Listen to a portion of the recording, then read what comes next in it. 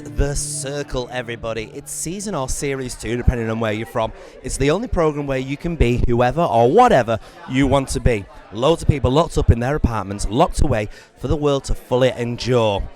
Games, fun, frivolity, drama is sure to unfold, as we found out by speaking to two of the people that make this program really happen. So as I said, we are here at The Circle launch. Now, you won it last year. I did. How are you feeling? I'm feeling excited. Also a bit apprehensive because the new people are going to be all the hype and I'm just going to disappear into the background. What are they letting themselves in for? Oh, carnage. Absolute carnage. From start to finish, it's like a wild journey.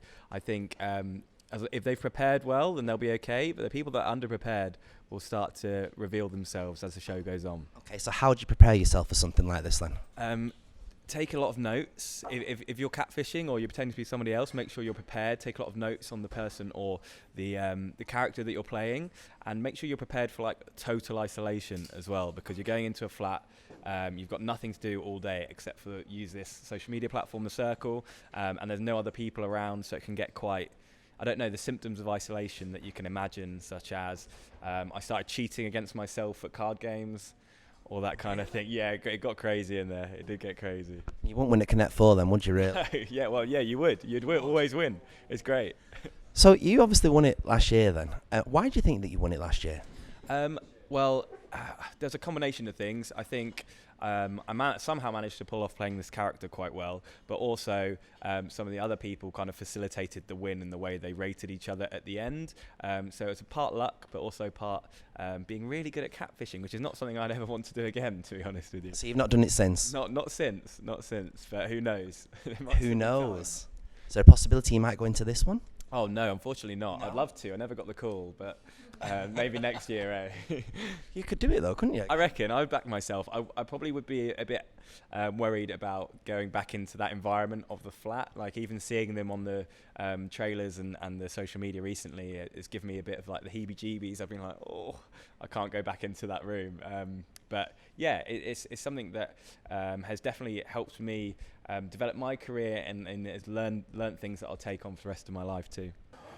Well, here's a face you might not recognise, but a voice that you'll definitely recognise. This is the voice of The Circle. It's Sophie. How are you? I'm good, how are you? It's exciting. Yeah, you're from my neck of the woods. I'm from Wigan and you're from? Bolton, so we're not far, are we? So if I need an understudy, I could just get you then. Yeah, because we've got exactly the same voice, haven't we? Very similar. Very similar. About 4 octaves difference.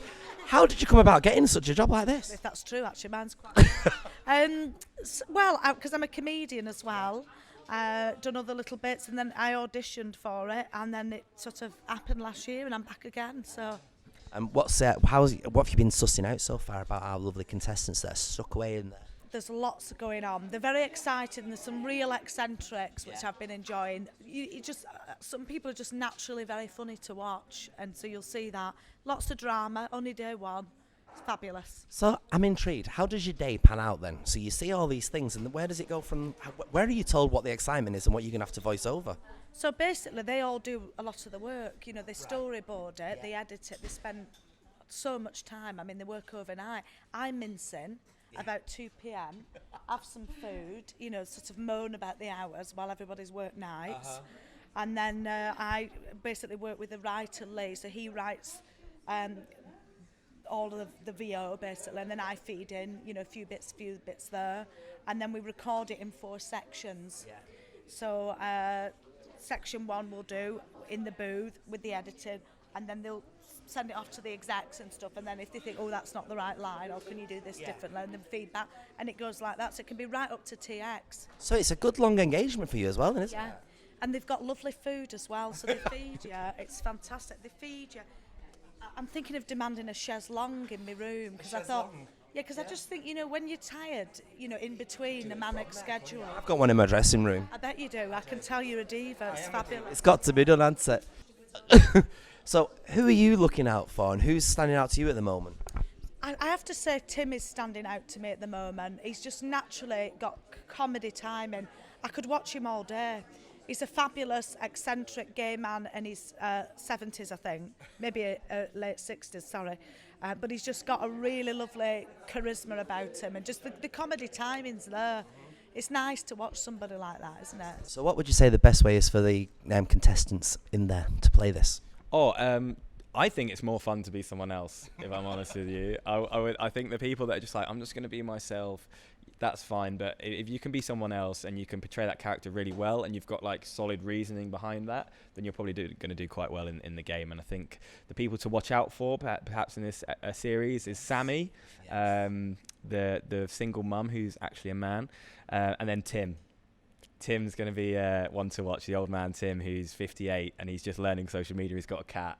It's going to be great. So 3 words why people should watch this programme.